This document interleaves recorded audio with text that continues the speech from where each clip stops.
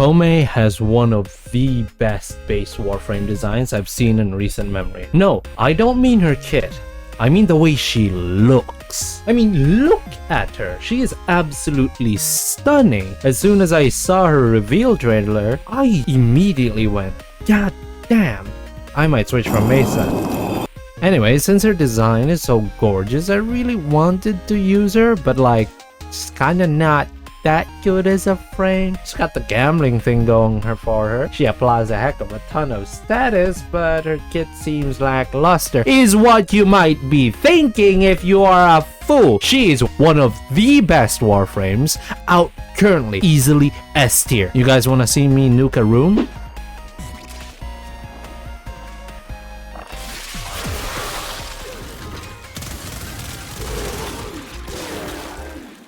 Yeah, with this build, she becomes Saryn 2, Electric Boogaloo, except you're not locked to one melee weapon. You're locked to a crew bro instead. Now, wait, hear me out. Look, I know crew bros aren't in the best state right now, but like, hear me out on this one. This is actually kind of cool. But before that, mandatory kit explanation time. Her passive. Every 60 seconds, one of Koumei's weapons will inflict random status effect for 60 seconds. It's pretty good. It works with her whole shtick of applying a lot of status effects. Koumei Hima weaves the threads of destiny. Enemies who touch the threads suffer a random elemental status effect. A roll of 666 creates threads that inflict one of every elemental status effect. As you can see, that one's pretty good, I ain't gonna lie, but we'll get to why we're subsuming this off later. Omikuji. Koumei glimpses a favorable future and the precise steps needed to reach it. Complete the challenge to earn a decree. Unlucky rolls add a debuff, but you can hold the ability to reject Omikuji. A roll of 666 grants a decree without a challenge. Yeah, this one's pretty good. If you get a really good decree, this one's busted. I've seen people subsume over it though, but like, why would you? This is their whole shtick! Omamori. Surround yourself with Omamori charms, each with a chance to have enemy attacks heal you instead of damage you. The number of charms is determined by Koumei's dice roll. A roll of 666 grants invulnerability for the duration of your Omamori charms. This one's really good. It's basically just Revenant's Mesmer skin, but somehow weaker. Keep it. It's really good. And you can somehow become immortal with this build, by the way. Stick around for that, for the build guide. Bunraku. Wield your foes' fate threads like the strings of marionettes. Koumei's dice determine how many status effects foes in front of Koumei will suffer. A roll of 666 causes further status effects over time and extends Bunraku to enemies behind Koumei. This one inflicts so many status effects, and the new arcane that came with the 1999 update performs really well with this ability, so we're gonna be using that in this build today. Let's start with Koumei herself. Emerald Archon shards for armor stripping, and that's it. I added a casting speed and a Violet Archon shard so that I don't have to use Equilibrium, but these aren't necessary per se, so you only need the Emerald Archon shards if you're going into hardcore content. Please, for the love of God, you don't need Archon shards. She's strong enough on her own. Armor stripping is somehow a gimmick, alright? Enjoy the Warframe how you want to. Now, for her Koumei herself. For what we're gonna do with this build, we're gonna be subsuming over her one with Nourish. It's Nourish, guys. Haha, another build with Nourish. Oh, Honid, hooray, alright. Put Sickening Pulse on her then. See how that works out. It actually works quite well. You need to manage your energy a bit more, but it definitely works. Now, why do I recommend Nourish over this build? Well, it's mostly the energy problems. Koumei kind of struggles with energy. We're gonna be using the entire mecha set. So, what does a mecha set do? Companions marks a target every 15 seconds for 12 seconds.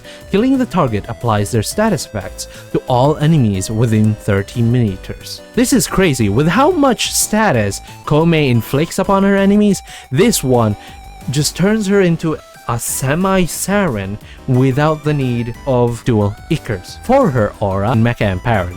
Squad deals plus 150% extra damage against a marked enemy. What this means is that it's basically 150% roar buff, but for that marked enemy specific. For her Exilus slot, you can do whatever, but Prime Sure-Footed reigns supreme. I'm gonna be using Prime Sure-Footed as well. I may hate Prime Sure-Footed, but I can see the value of it as a Warframe mod. So use it at your own discretion. If you don't have it though, you can just use Handspray. Honestly, that's fine too. So for her other mods, Archon Continuity, because if she applies Toxin status effects with her abilities, she also applies Corrosive, which is good. There's no drawback to that. It's just more status. The synergy in these two have to be separated. I'm going to talk about these two now.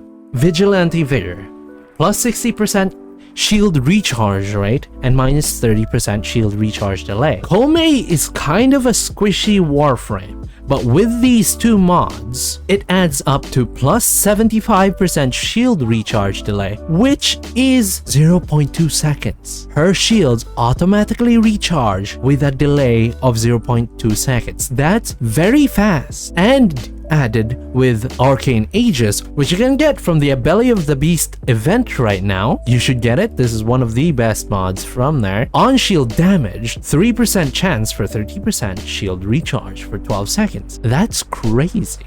That means she recharges her shields very quickly. And if you don't know what that means, I'll show you.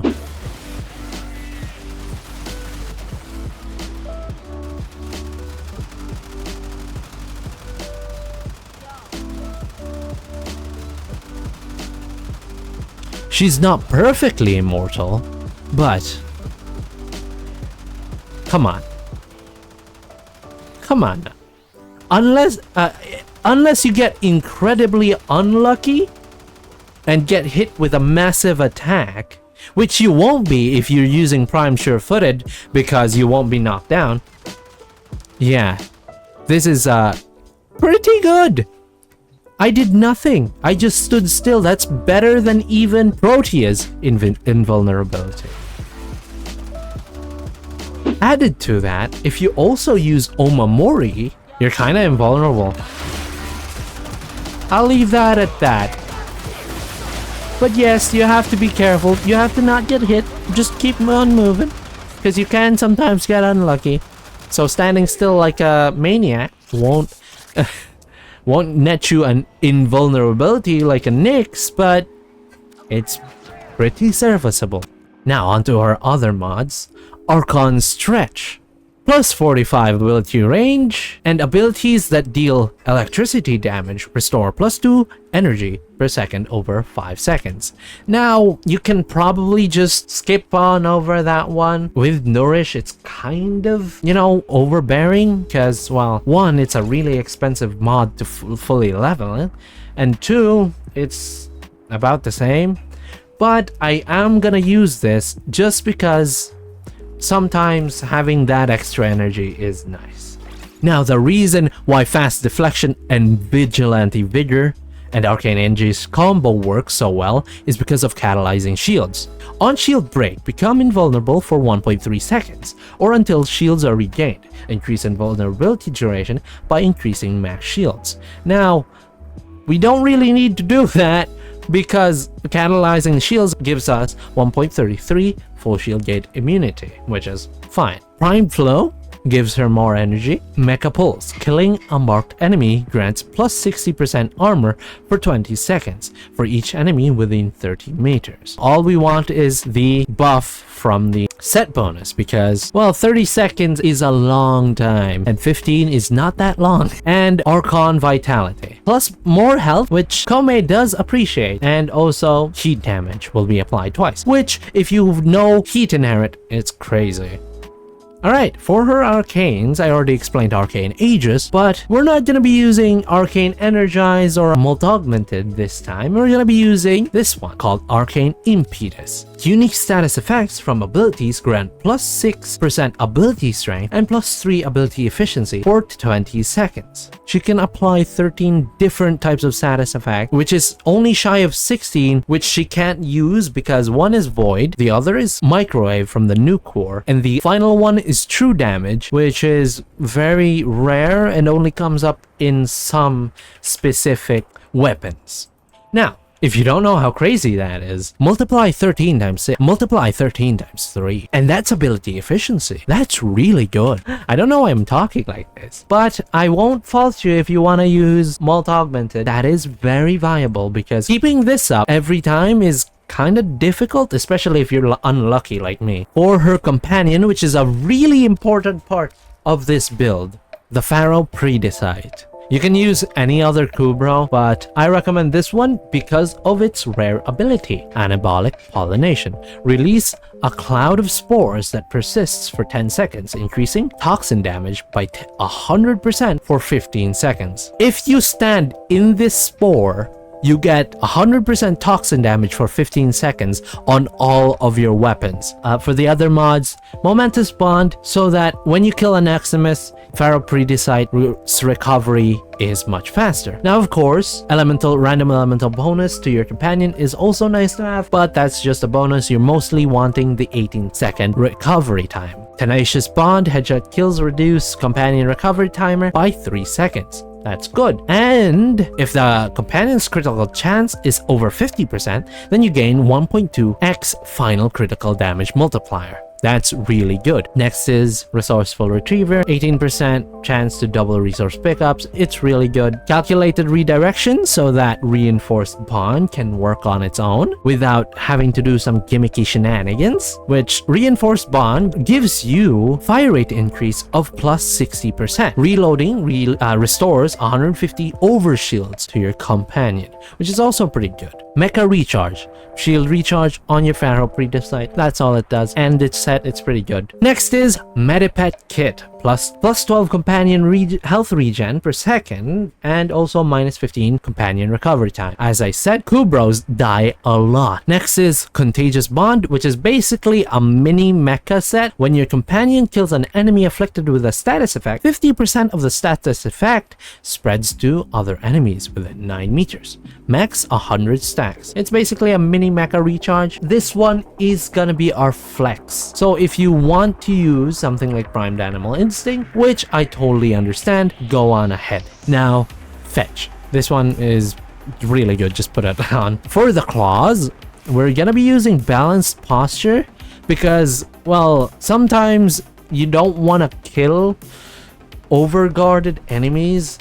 Like, of course, it's better to have overguarded enemies be the one that's marked because you can apply more statuses. But if that overguarded enemy is a Thrax, it's not gonna spread the status effects. So yeah, this build, we're gonna be using Bite, Critical Chance, and Critical Damage, Hunter Synergy, so that we can reach that 50% critical chance, so that we can use Tenacious Bond, Venom Teeth, and Radon Claws, so that we can get radiation and crit damage. We want Gas because it's really nice to have some random status procs, because Nourish already gives viral to your companion. Mecha Overdrive, so that we can finally complete the mecha set, which is primary weapon status chance added to companion and status duration. That's pretty nice. More status duration on Gas is always very much appreciated. And Maul is gonna be our flex on. You can put on Heat on there if you'd like, but I'm gonna use Maul because the Pharaoh Predecide doesn't slack off when it comes to damage. So as usual, for weapons, I recommend you guys go with whatever weapons you like. I use the Dexibaris, the Tenet Plinks, and the Dual Ichor. Yes, this is one of the best weapons in the game. And yes, I'm also currently using it on Saryn, but, well, it's just that good. I'm gonna use it on Koumei for now. Eventually, I'm gonna switch on over to the Mire, which is also really cool looking. But here, I'll show you some of what happens with the Dual Ichor stuff. Basically, Koumei becomes a nuke on all fronts. She's got a companion which can status effect whenever it marks enemies. It can immediately kill hordes of enemies.